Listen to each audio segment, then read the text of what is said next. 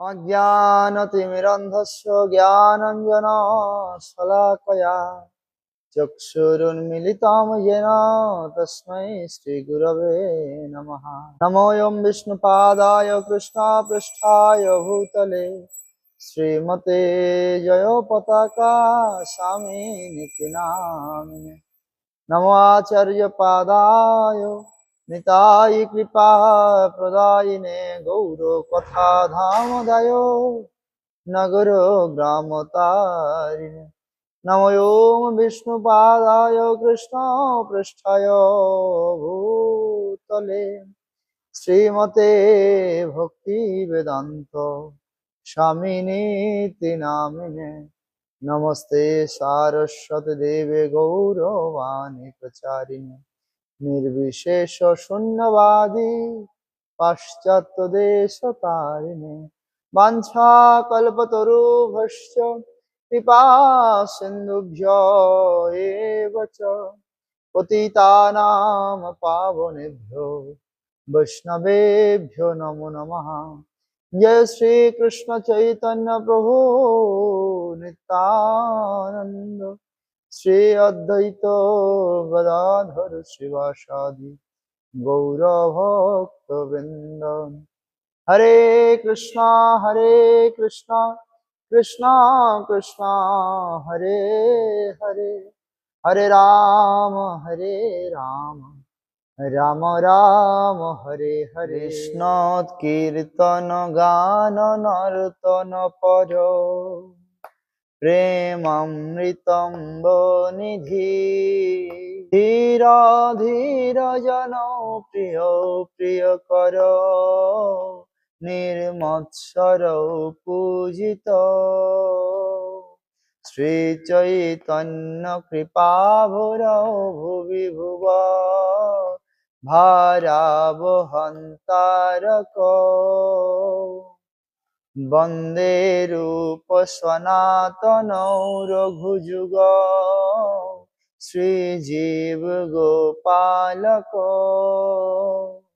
वन्दे रूप सनातनौ रघुजुग श्रीजीव गोपालक। हरे कृष्ण। जय श्री रूप सनातन भट्ट रघुनाथ श्री गोपाल भट्ट दास सर्वश्री भगवान की जय। আজ আমরা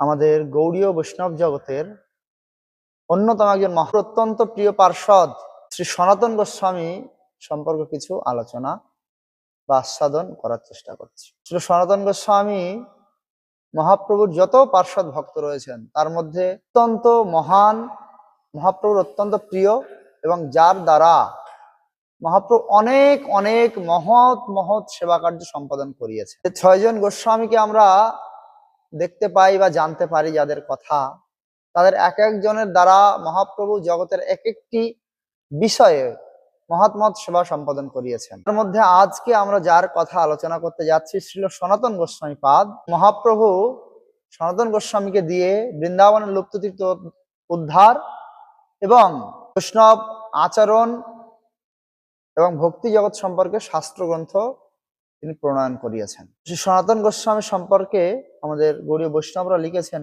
যৎপাদ পঙ্কজ সরজ শিরসা প্রণম্য ধন্যা ভবন্তি নিতরাং বহবো জগত্যাম। শ্রীমৎ সনাতন তনু সদয়াদ্র চিত্ত মন্দস্য মে অপ্যানুদিনম শরণম সয়েব। যার শ্রী চরণ কমল রেণুকে মস্তক দ্বারা প্রণাম করে বহু ব্যক্তি অতিশয় ধন্য হয়ে থাকেন, নিজজন প্রতি দয়াদ্র চিত্ত সেই শ্রী সনাতন গোস্বামী মন্দমতি আমার একমাত্র শরণ। আমাদের কি করা উচিত? এহেন মহান বৈষ্ণব সনাতন গোস্বামী, রূপ গোস্বামী আদি ষড় গোস্বামীর চরণ কমলে নিজেদেরকে সম্পূর্ণরূপে সমর্পণ করে ভগবত ভক্তিতে অগ্রসর হওয়ার চেষ্টা করা উচিত। নরোত্তম দাস ঠাকুর এই জন্য প্রার্থনা করেছেন, রূপ রঘুনাথ পদে রহু মোর প্রার্থনা কর এ সদা নরোত্তম দাস। আমাদের রূপ রঘুনাথের পদে শ্রীপাদ পদ্মে প্রার্থনা নিবেদন করা উচিত, যাতে মহাপ্রভুর ভক্তি আমরা লাভ করতে পারি, মহাপ্রভুর চরণে যাতে আমাদের প্রেম ভক্তির উদয় হয়। আমাদের স্বর্গস্বামীর কাছে প্রার্থনা করা উচিত। আজকে আমরা এখানে মহান একজন বৈষ্ণবের জীবনী আলোচনা এবং চর্চা করতে চলেছি। সকল বৈষ্ণবের চরণে প্রার্থনা নিবেদন করি। যদিও এমন মহান ব্যক্তির গুণগান করার মতো যোগ্যতা আমার নেই, কিন্তু শ্রীল সনাতন গোস্বামীর কাছে প্রার্থনা নিবেদন করি, তিনি যেন কৃপা করে তার সম্পর্কে আমাকে কিছু বলার যোগ্যতা প্রদান করেন এবং তার যে মহান গুণের সমুদ্র তাতে কিঞ্চিত পরিমাণে যেন আমাদের উপর বর্ষণ করেন, যাতে আমরা শ্রী চৈতন্য মহাপ্রভুর মনোভিলাস পূর্ণ করার জন্য নিজেদের জীবনকে উৎসর্গ করতে পারি। হরে কৃষ্ণ। শ্রীল সনাতন গোস্বামী তিনি মহাপ্রভুর অত্যন্ত প্রিয় ব্যক্তিত্ব। তিনি লুপ্ত তীর্থ উদ্ধার, বৈষ্ণব স্মৃতিশাস্ত্র প্রণয়ন আদি সাধন ভজনের আচার্য রূপে বিশেষভাবে পরিচিত। শ্রী সনাতন গোস্বামীকে উপলক্ষ করে মহাপ্রভু এমন কিছু কার্য করিয়েছেন, যার দ্বারা সংসার সাগরে নিমজ্জিত পরমার্থ বিমুখ লোকেদের ভজন ক্রম সম্পর্কে শিক্ষা প্রদান করা যায়।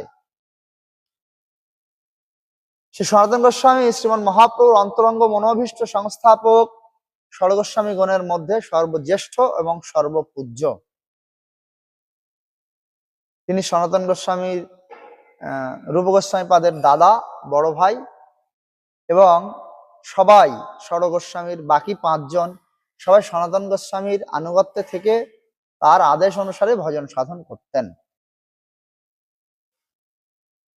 এই সনাতন গোস্বামী পাদ আমাদের বাংলার মালদা জেলার বাকলা চন্দ্রদ্বীপ নামক জায়গায় 1410 শতাব্দে বা 1488 খ্রিস্টাব্দে জ্যৈষ্ঠ মাসে জন্মগ্রহণ করেন। তার পিতার নাম শ্রী কুমার দেব। গৌর গণোদ্দেশ দীপিকায় কবি কর্ণপুর গোস্বামী প্রদান করেছেন যে সনাতন গোস্বামী পূর্বে মানে দাপর যুগে কৃষ্ণ লীলায় যিনি রতি মঞ্জুরি, কেউ কেউ তাকে লবঙ্গ মঞ্জুরি বলেও সম্বোধন করেন। তিনি গৌরাঙ্গ মহাপ্রভুর অভিন্ন তনু গৌর সেবা কার্য অনুরোধে শ্রী সনাতন গোস্বামী নামে অভিহিত হয়েছেন। কেহ কেহ পূর্বলীলায় মুনিরত্ন সনাতন ও মিলিত হয়েছেন। সনাতন গোস্বামীর মহান চরিত্র আমরা এভাবে জানতে পারি, তার জন্মতত্ত্ব। তিনি বাকলা চন্দ্রদ্বীপে 1410 শতাব্দে অথবা 1488 খ্রিস্টাব্দে কুমার দেবের পুত্ররূপে আবির্ভূত হন ব্রাহ্মণ পরিবারে। সনাতন গোস্বামীর চরিত্র এত মহান, তিনি মামার বাড়িতে বড় হন। অল্প বয়সে তিনি মামার বাড়ি চলে আসেন, রামকেলি গ্রামের কাছেই। সেখানে সনাতন গোস্বামী মামার বাড়িতে মামার আতিথেয়তা এবং স্নেহের মধ্যে বড় হন। তো এখান থেকে মূলত সনাতন গোস্বামীর চরিত্র শুরু হয় হোসেন শাহর সঙ্গে পরিচয় হওয়ার পর থেকে। ছোটবেলা থেকেই যদিও সনাতন গোস্বামীর কিছু পরিচয় পাওয়া যায়, সেগুলো আমরা একটু পরে আলোচনা করছি। মূলত হোসেন শাহের সঙ্গে যবে থেকেই সনাতন গোস্বামীর পরিচয় হয়, তবে থেকেই তার চরিত্রের মূল প্রতিপাদ্য বিষয়গুলি পরিলক্ষিত হয় এবং সেগুলি আমাদের বিশেষ করে জানা উচিত। তৎকালীন সময়ে বাংলার সম্রাট নবাব ছিলেন হোসেন শাহ, যিনি সমগ্র বাংলা দেখাশোনা করতেন। তার রাজধানী ছিল আমাদের রামকেলি গ্রামের থেকে কিছুটা দূরে, বর্তমানে যেখানে কিছু ভগ্নাশেষ অবস্থিত রয়েছে, বেশিরভাগই ধ্বংস হয়ে গেছে। তৎকালীন সময় কি হতো, রাজারা মন্দিরে স্তম্ভ মানে অনেক উঁচু স্তম্ভ নির্মাণ করতেন, যার উপরে উঠে দূরে নিরীক্ষণ করা যায়, দেখা যায় যে কি অবস্থা শত্রুরা কোনো সময় আক্রমণ করতে আসছে কিনা বিভিন্ন বিষয়। এই গৌড়েশ্বর হোসেন শাহ তিনিও একটি মন্দিরা স্তম্ভ নির্মাণ করেছিলেন। তার রাজমিস্ত্রি নাম ছিল, যিনি হোসেন শাহর প্রধান রাজমিস্ত্রি ছিলেন, নাম ছিলেন পিরু শাহ। তাকে এই মন্দিরা স্তম্ভ নির্মাণ করার আদেশ দেওয়া হয়। তিনি একটি খুব সুন্দর মন্দিরা স্তম্ভ নির্মাণ করেন, যেটি অনেক উঁচু, কিন্তু তখনও ছাদ দিতে বাকি ছিল। উপরে কোনো ছাদ করা হয়নি, উপরটা ফাঁকা। এইরকম এক সময় নবাব হোসেন শাহ এই মন্দিরের স্তম্ভ দেখার জন্য সেখানে গেলেন, কি অবস্থায় আছে দেখে খুব খুশি হলেন নবাব। বাহ, খুব সুন্দর কার্য হয়েছে, সিঁড়ি টিড়ি সব দেয়া রয়েছে সুন্দরভাবে ওঠার জন্য উপরে।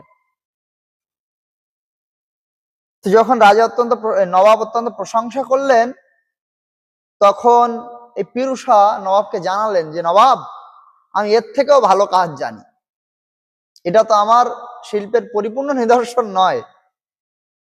এই কথা শুনে নবাব খুব রেগে গেলেন। বেটা, তোমাকে আমি একটা কাজ দিলাম, তুমি তোমার সর্বোচ্চ বুদ্ধিমত্তা, তোমার কৌশল, দক্ষতা দিয়ে তুমি কাজটা করবে, তা না তুমি আমাকে বলছো আমি এর থেকে ভালো কাজ জানি। তার মানে তুমি এই কাজটা ভালোভাবে করোনি।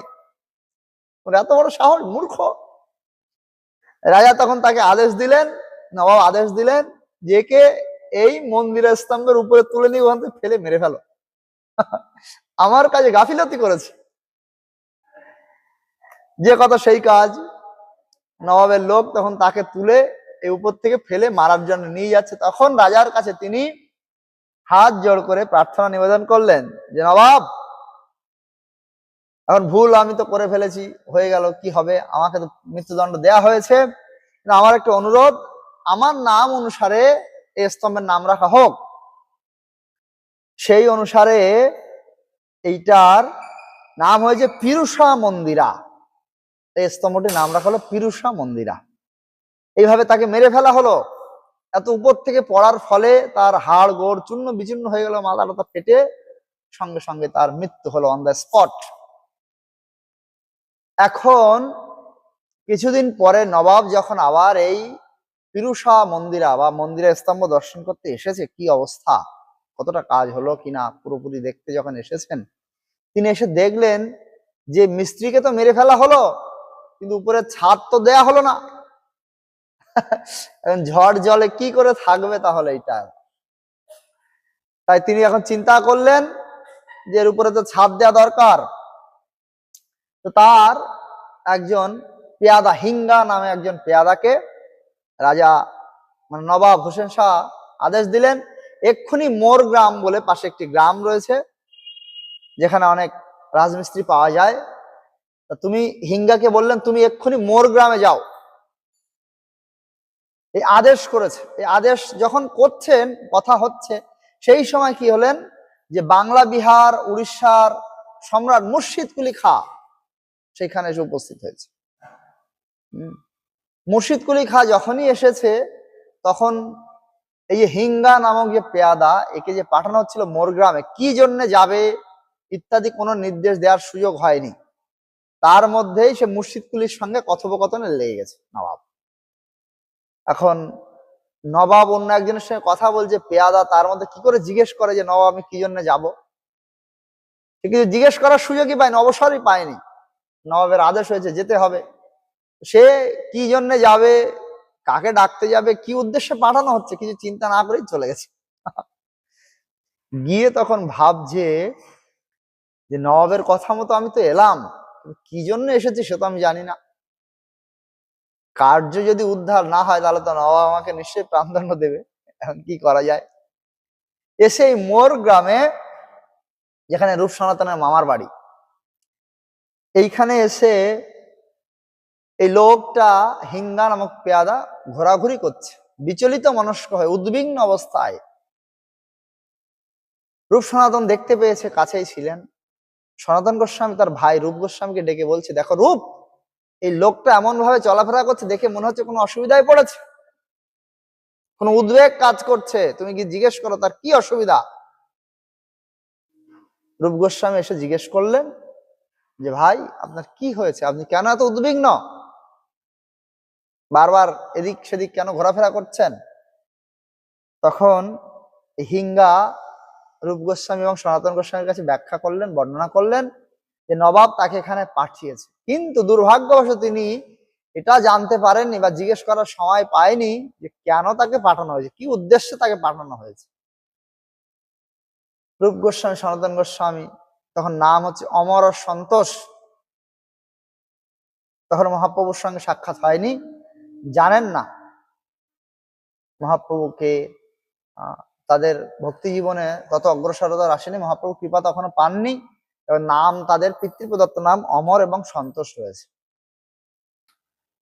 তখন সনাতন গোস্বামী জিজ্ঞেস করলেন যে তুমি যখন নবাবের থেকে এসেছো তখন নবাব কোথায় ছিলেন, কি কাজে রত ছিলেন? তখন হিঙ্গা বর্ণনা করলেন যে নবাব তখন একটি মন্দিরা, পিরুষা মন্দিরা অর্থাৎ মন্দিরা স্তম্ভের কাছে দাঁড়িয়েছিলেন। সেখানে আমরা পরিদর্শনে গেছিলাম, তার একটি কাজ বাকি আছে, তার ছাদ করা হয় না। তখন সনাতন গোস্বামী বুঝলেন যে তাহলে নিশ্চয়ই মিস্ত্রি ডাকতেই পাঠানো হয়েছে। তখন হিঙ্গাকে তিনি বললেন যে তুমি চিন্তা করো না, নিশ্চয়ই নবাব তোমাকে রাজমিস্ত্রি নিয়ে যাওয়ার জন্য পাঠিয়েছে, তুমি এই গ্রাম থেকে দুই একজন রাজমিস্ত্রি, ভালো ভালো রাজমিস্ত্রিকে ধরে নবাবের কাছে নিয়ে যাও। হিঙ্গা যথারীতি কয়েকজন রাজমিস্ত্রিকে নিয়ে নবাবের কাছে গেলেন এবং কাজটি খুব সুন্দরভাবে সম্পন্ন করা হলো। নবাব পরে দেখে খুব খুশি হলেন যে মনের মতো কাজ হয়েছে। তখন হিঙ্গাকে তিনি পুরস্কার দিতে গেলেন, হিঙ্গা সেদিন তো আমি তোমাকে বলিনি কি জন্য যেতে হবে মোর গ্রামে, তোমাকে যেতে বললাম, তুমি গেলে, গিয়ে যথারীতি কাজ করে চলেও এলে। এখন তুমি যে এত বুদ্ধিমান, তোমাকে বলিনি আমি কি জন্য যেতে হবে, তারপরে তুমি যে কার্য সম্পাদন করে ফিরে এসেছো, তোমার প্রতি আমি খুব খুশি হয়েছি, তুমি খুব বুদ্ধিমান, আমি তোমাকে পুরস্কার দিতে চাই। তখন হিঙ্গা তার সততা বশত তিনি রাজার কাছে স্বীকার করলেন, নবাবের কাছে, যে হুজুর এইখানে আমার কোনো কৃতিত্ব নেই, আমি তো জানতেই পারিনি যে কি জন্য আমাকে ওখানে পাঠানো হয়েছিল, আমি বুঝতেই পারিনি। সেখানে দুজন ব্যক্তি ছিলেন, নাম হচ্ছে অমর আর সন্তোষ, তারা আমার কাছে সমস্ত বিস্তারিত আমার উদ্বিগ্নতার কথা শুনে তারা আমাকে বললেন নবাব নিশ্চয়ই রাজমিস্ত্রি নিয়ে যাওয়ার জন্যই পাঠিয়েছে। তাদের কথা মতোই আমি মিস্ত্রি নিয়ে সেই কাজটি করেছি। তো নবাব তাদের কথা শুনে খুব খুশি হলেন। তখন নবাব, এর আগেও রূপ সনাতনের অমর সন্তোষের কথা নবাবের কানে মাঝে মধ্যে এসেছে, তিনি তখন জানতে পারলেন যিনি অত্যন্ত বুদ্ধিমান, মেধাবী। কি করলেন নবাব, তখন নিজের একজন কর্মচারী কেশব ছত্রী তাকে পাঠানো হলো, সেখানে গিয়ে রূপ সনাতনকে এখানে নিয়ে আসার জন্য অনুরোধ করা হলো, যাতে তারা এসে নবাবের কাছে কিছু কাজকর্ম করে, রাজকার্যে নিযুক্ত হয়। খুব আদর করে যত্ন করে লোক লস্কর দিয়ে নিয়ে আসা হলো অমর সন্তোষকে। নিয়ে আসার পরে তখন রাজা তাদের প্রস্তাব দিলেন, নবাব প্রস্তাব দিলেন, তোমাদের রূপ, গুণ, বুদ্ধি, বিদ্যাতে আমি খুব প্রসন্ন হয়েছি, তোমাদের কাছে আমার অনুরোধ, তোমরা আমার রাজকার্যে যোগদান করো। রূপ সনাতন, অমর সন্তোষ দুজন অনেক চিন্তা ভাবনা করলেন, করে দেখলেন যে এই নবাব মুসলমান জবন, হিন্দুদের প্রতি অনেক অত্যাচার করে, আমরা যদি দুই ভাই রাজকার্যে নিযুক্ত হই তাহলে আমরা অনেক ক্ষেত্রে হিন্দুদের রক্ষা করতে পারবো, মন্দির রক্ষা করতে পারবো, গোহত্যা বন্ধের অনেক পদক্ষেপ গ্রহণ করতে পারবো, সুবিধা হবে আমাদের হিন্দু ধর্মাবলম্বীদের জন্য। তারা বিভিন্ন বিচার বিশ্লেষণ করে দুজন রাজি হলেন।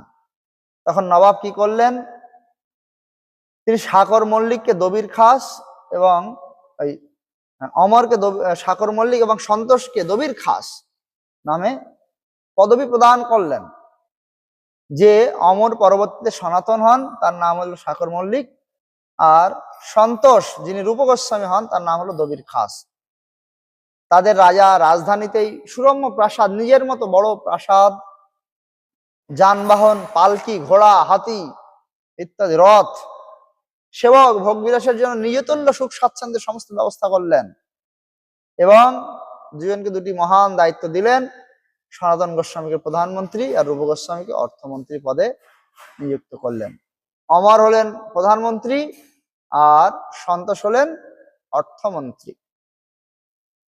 দুজন সবকিছু ভুলে কি করলেন? নবাবের সেবায় রাজ কার্যে নিযুক্ত হলেন।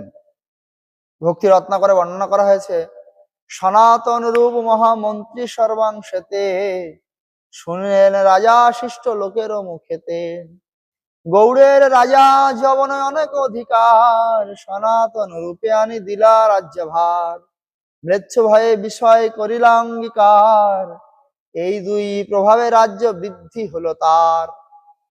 তাদের পাণ্ডিত্যে, তাদের দক্ষতায় রাজ্যের অনেক বৃদ্ধি সমৃদ্ধি হতে লাগলো। এখানে একটি বিষয় আমাদের বুঝতে হবে যে রূপ সনাতন অমর সন্তোষ কত মেধাবী, কত পণ্ডিত। আমাদের বর্তমান সমাজে এমএলএ হওয়ার জন্য, এমপি হওয়ার জন্য, মন্ত্রিত্ব পাওয়ার জন্য কত লড়াই, কত ছল চাতুরি, রাজনৈতিক কূটনীতির প্রয়োগ, কত দুর্নীতি, কত কিছু, কত টাকা পয়সা খরচ করে মানুষ চেষ্টা করে কি করে আমি মন্ত্রী হব, কি করে এমএলএ হব, এমপি হব। আর অমর সন্তোষ এমন মেধাবী ছিলেন যে রাজা বা নবাব তাদের এনে জোর করে পদে বসিয়ে দিলেন। তারা ইলেক্টেড নয়, নির্বাচনে দাঁড়িয়ে রাজা হয়, মন্ত্রী হয়নি, তারা সিলেক্টেড। তাদের গুণ দেখে, তাদের প্রভাব প্রতিপত্তি দেখে নবাব তাদের এনে বসিয়ে দিলেন এই পদে, এত যোগ্যতা তাদের। যাই হোক, যথারীতি তারা দুই ভাই মন দিয়ে রাজকার্য পরিচালনা করতে লাগলেন। রাজা মুসলমান, তিনি ভোগ বিলাসে মত্ত, খাওয়া দাওয়া ইন্দ্রিয় তৃপ্তিতে সবসময় মত্ত থাকে, রাজকার্য তাকে দেখতেই হয় না। দুই ভাই পরিপূর্ণ রাজ্যের ভার নিজেদের মাথায় তুলে নিলেন এবং তাদের পরিচালনায় রাজ্য অনেক ফুলে ফেপে উঠতে লাগলো। যাই হোক, এইভাবে দুই ভাই থাকলেন। তো এখানে এই যে রাজা তাদের উপাধি দিলেন সাকর মল্লিক আর দবির খাস, এর শাব্দিক কিছু অর্থ শাস্ত্রে পাওয়া যায়, কোষে, শব্দকোষে কিছু অর্থ পাওয়া যায়, অভিধানে। সাকর, সাকরটা এসেছে শুকুর শব্দ থেকে। শুকুর শব্দের অর্থ যিনি সর্ব বিষয়ে সুনিপুণ, দক্ষ, সব বিষয়ে পারদর্শী। এইখান থেকে এসেছে, শুকুর শব্দ থেকে সাকর কথাটি এসেছে। আর মল্লিক শব্দের অর্থ হচ্ছে জ্ঞানবৃদ্ধ। মানুষ পাঁচ ভাবে বৃদ্ধ হয়। দেখা যাচ্ছে বয়োবৃদ্ধ, বয়সের দিক দিয়ে বৃদ্ধ হয়। পদবৃদ্ধ মানে পদের দিক দিয়ে বৃদ্ধ বলতে শ্রেষ্ঠ, পদের দিক দিয়ে শ্রেষ্ঠ স্থানে যায়, সম্মানীয় হয়। জ্ঞানবৃদ্ধ, জ্ঞানে বৃদ্ধ হয়। ভজন বৃদ্ধ, ভজনে বৃদ্ধ হয়। এইভাবে পাঁচ ভাবে মানুষ বৃদ্ধ হয়। এখানে এই যে মল্লিক কথার অর্থ হচ্ছে মহল্লিক, এর অর্থ হচ্ছে জ্ঞানবৃদ্ধ। অর্থাৎ সাকর মল্লিক ইনি সর্ববিষয়ে সুনিপুণ ছিলেন, দক্ষ ছিলেন এবং জ্ঞানবৃদ্ধ ছিলেন, নাম তাকে দেয়া হলো সাকর মল্লিক। আর দবির খাস, তিনি ছিলেন বুদ্ধিতে অত্যন্ত পারদর্শী। যাকে এইভাবে দুই ভাইয়ের বিশেষ নাম দেওয়া হলো, পদবি দেওয়া হলো, তারা দুজন রাজ্যভার পরিচালনা করতে লাগলেন।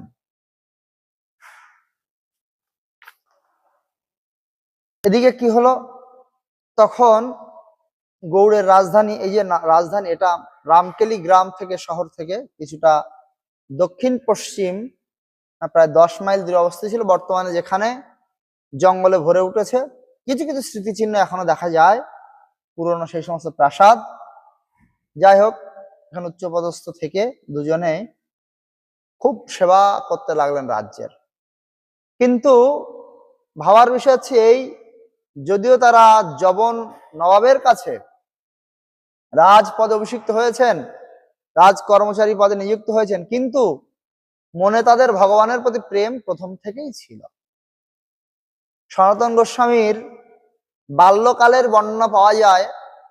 তিনি, সনাতন গোস্বামী, একদিন ছোটবেলায় রাত্রে স্বপ্ন দেখছেন কোন একজন ব্রাহ্মণ এসে সনাতন গোস্বামীকে শ্রীমদ্ ভাগবত উপহার দিয়েছে।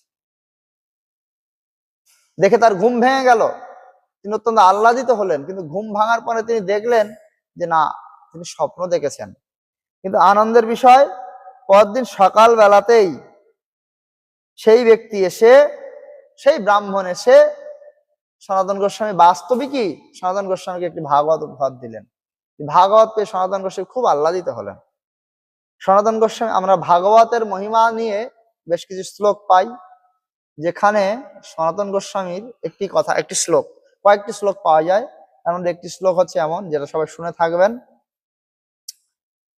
মদেক বন্ধ মত সঙ্গীন মদ গুরু মদ মহাধন মদ নিস্তারক মদ ভাগ্য মদানন্দ নমস্তুতে। তিনি ভাগবত সম্পর্কে বর্ণনা করেছেন, মদেক বন্ধু, এই ভাগবত হচ্ছে আমার একমাত্র বন্ধু। মদ সঙ্গীন, আমার একমাত্র সঙ্গী।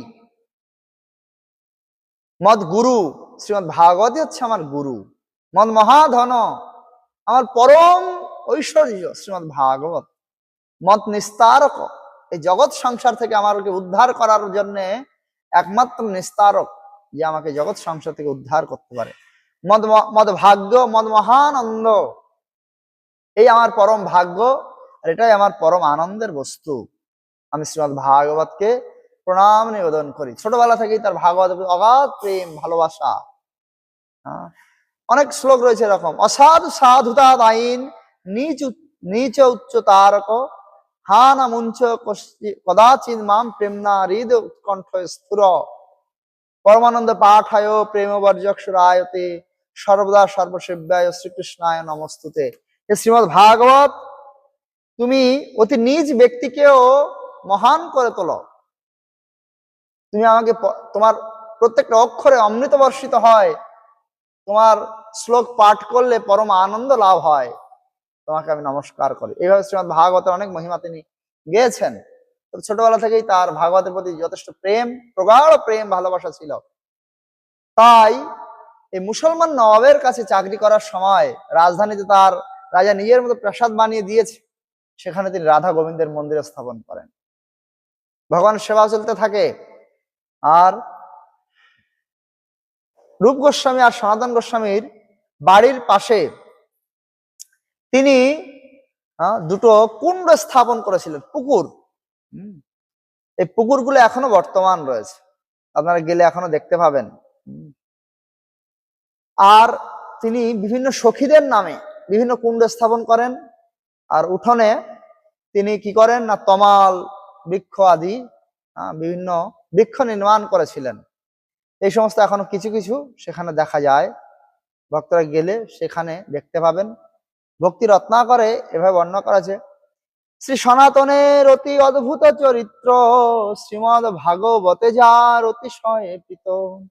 প্রথম বয়সে স্বপ্নে এক বিজ্ঞবর শ্রীমদ ভাগবত দেই আনন্দ অন্তর। স্বপ্ন ভঙ্গে সনাতন ব্যাকুল হইলা প্রাতে সেই বিপ্র শ্রীমদ ভাগবত দিলা। পাইয়া শ্রীমদ ভাগবত মহাহর্ষ চিতে মগ্ন হইলা প্রভু প্রেমামৃত সমুদ্রেতে। শ্রীমদ ভাগবত অর্থ জয়সে আস্বাদিল তাহা শ্রী বৈষ্ণব তোষ নিতে প্রকাশিল। এইভাবে তিনি শ্রীমদ ভাগবত আস্বাদন করতে লাগলেন। আর ভাগবতের বর্ণনা অনুসারে, ভগবানের লীলা অনুসারে তিনি কি করলেন না, এই শ্যামকুণ্ড, রাধাকুণ্ড, তমাল আদি ইত্যাদি বৃক্ষ তার বাড়ির সামনে রোপণ করলেন। যাই হোক, অতি আনন্দে আমোদ প্রমোদে ভোগ বিলাসের মধ্যে তার জীবন কাটতে লাগলো, কিন্তু তিনি কৃষ্ণ বিস্মৃত হননি। কৃষ্ণকে সবসময় নিজের স্মৃতিচারণে রেখেছেন। কি হলো এদিকে, তিনি কি করতেন, ছোটবেলা থেকেই তার কৃষ্ণের প্রতি প্রগাঢ় প্রেমের কারণে তিনি সনাতনীদের, হিন্দুদের রক্ষা করার জন্য যদিও রাজকার্যে নিযুক্ত হয়েছেন, কিন্তু তার মধ্যে প্রবল বৈরাগ্য, ভগবানের প্রতি প্রগাঢ় প্রেম থাকায় তিনি মহাপ্রভু সম্পর্কে শুনেছেন। স্বয়ং কৃষ্ণ নাকি গৌর সুন্দর হয়ে নবদ্বীপে অবতরণ করেছেন, তিনি সন্ন্যাস নিয়ে এখন নীলাচল ধামে অবস্থান করছেন। এই রূপ সনাতন কি করে, মাঝে মধ্যেই চিঠি লেখেন, মহাপ্রভুর কাছে। তিনি লেখেন, যবন রাজের অধীনে রাজকার্য পরিচালনা করা সত্ত্বেও মহাপ্রভু যেন তাদের উপরে কৃপা পরিবর্ষণ করেন। তিনি মহাপ্রভুর দর্শনের জন্য, রূপ সনাতন মহাপ্রভু দর্শনের জন্য অত্যন্ত ব্যাকুল। শ্রীকৃষ্ণ চৈতন্য চন্দ্র বিহরে নদিয়া, সদা উৎকণ্ঠিত তার দর্শন লাগিয়া। সবসময় চিন্তা করেন, কবে শ্রী চৈতন্য মোরে করিবেন দয়া, কবে মহাপ্রভু আমাকে কৃপা করবে, হেন পামর প্রতি কবে তার কৃপা হবে, সবসময় প্রার্থনা করতে লাগেন। রাজকার্য পরিচালনা করছে, কিন্তু রূপ সনাতনের মনের অবস্থা কেমন না বর্ণনা করা হয়েছে যে পরবাসী নারীর মতো। কোন একজন রমণী বিয়ের আগে তার অন্য পুরুষের সঙ্গে হয়তো সম্পর্ক ছিল, এখন বিয়ে হয়েছে অন্য জায়গায়, সংসার তো তাকে করতে হবে, তাই শ্বশুর শাশুড়ি স্বামী স্ত্রী যারা পরিবারের লোকজন আছে সবার সেবা পুজো করে, গৃহের কর্ম করে, রান্না বাড়া সবকিছু করে, কিন্তু তার মন পড়ে আছে সেই পুরুষের প্রতি যার সঙ্গে তার আগে সম্পর্ক ছিল। কিন্তু বাইরের আচার আচরণ দেখে কেউ বুঝতে পারে না। ঠিক তেমনি রূপ সনাতন তারা রাজকার্য তো পরিচালনা করছে, কোনো ত্রুটি নেই, সব দিক দিয়ে পরিপূর্ণ দৃষ্টিভঙ্গি তার রয়েছে, কিন্তু মনে তার সবসময় কৃষ্ণের চিন্তায় ব্যস্ত, গৌরাঙ্গ মহাপ্রভুর চিন্তায় ব্যস্ত। ঠিক যেমন এই পরিবারে বিবাহ হওয়ার পরেও সেই রমণীর তার পূর্বপুরুষের প্রতি চিন্তা হয়, সেইভাবেই মহাপ্রভুর চিন্তায়, ভগবান শ্রীকৃষ্ণের চিন্তায় রূপ সনাতন দিন অতিবাহিত করতে লাগলেন। কত বৈরাগী, কত প্রেম, বিষয়ে যে প্রীতি এবে আছে আমার, সেই মতো প্রীতি হোক চরণে তোমার। এত বিরাট ভোগ বিলাস ঐশ্বর্যের মধ্যে থাকলেও রূপ সনাতনের মন সবসময় কৃষ্ণ প্রেমে কৃষ্ণ চিন্তায় নিমগ্ন। যাই হোক, এইভাবে চলছে। ভক্তি রত্নাকরে মহাপ্রভুর কাছে দৈন্যতা বশত তিনি যা লিখেছেন চিঠি, তার উপরে বর্ণনা করে লেখা হয়েছে, বিপ্ররাজ হইয়া মহাখেদ যুক্ত অন্তরে, আপনাকে বিপ্রজ্ঞান কভু নাহি করে। শ্রী চৈতন্য কৃপা যারে তার হইছে রীত, আপনার উত্তম বুদ্ধি নহে কদাচিৎ। সদা এক রস আপনাকে নিচ মানে, শ্রীকৃষ্ণ চৈতন্য সে ভক্তের তত্ত্ব জানে। পূর্ণ ব্রহ্ম সনাতন শ্রীকৃষ্ণ চৈতন্য, জৈছে দৈন্য করে তৈছে না করে অন্য। তার ভক্ত দৈন্য রসে নিমগ্ন সদায়, দৈন্যে যে আনন্দ তাহা জানে গৌর রায়। সনাতন রূপের অন্তরে হইল যাহা, শ্রীকৃষ্ণ চৈতন্য চন্দ্র জানিলেন তাহা। যদিও রূপ সনাতন ব্রাহ্মণ পরিবারে জন্মগ্রহণ করেছেন, কিন্তু যেহেতু তারা যবন কুলে, যবন রাজার অধীনে রাজকার্যে পরিচালনা করছেন, যুক্ত হয়েছেন, তাই তারা নিজেদেরকেও যবন তুল্যই মনে করে, কোনো সময় ব্রাহ্মণ বলে মনে করে না। খুব দৈন্যতা বশত মহাপ্রভুর কাছে প্রার্থনা লিখেছেন যে, মহাপ্রভু কত কত ব্যক্তিকে তো আপনি উদ্ধার করেছেন, নবদ্বীপে জগাই মাধাইয়ের মতো পাপীকে উদ্ধার করেছেন, তারা পাপ কার্য করেছে কিন্তু ধর্ম বিরোধী কার্য কোনো সময় করেনি। কিন্তু আমাদের অবস্থা দেখুন, আমরা তো ধর্ম আচরণ সঠিকভাবে করতে পারি না, কত পাপ কর্ম করেছি, রাজা কত মন্দির ভেঙেছে তাতে সহযোগিতা করেছি, কত গোহত্যা হয়েছে আমরা রক্ষা করতে পারিনি, কত ব্রাহ্মণদের হিন্দুদের উপর অত্যাচার হয়েছে আমরা রক্ষা করতে পারিনি। তার উপরে আমরা কি ব্রাহ্মণ হয়েও যমন রাজার আনুগত্য থেকে, অধীনে থেকে রাজকার্য পরিচালনা করছি, কত অধীন, কত পাপী, কত নীচ আমি। কিন্তু আপনি যদি আমাদের উদ্ধার না করবেন, তাহলে আপনার পতিত পাবন নাম তো সার্থক হবে না। আপনি আপনার পতিত পাবন নাম সার্থক করার জন্য আমাদের মতো দুই ভাই মহা অধম নীচ, দুই ভাইকে আপনি কৃপা করে উদ্ধার করুন। এইভাবে প্রার্থনা করে বারবার মহাপ্রভুর কাছে চিঠি লিখতে থাকেন। সময় অনুসারে একবার মহাপ্রভু এই রামকেলি ধামে এসেছিলেন, এসে রূপ সনাতনকে উদ্ধার করেছিলেন। পজ করুন। কতক্ষণ হলো? এই 36 মিনিট। তো এইরকম তো অনেকগুলো ভিডিও হবে।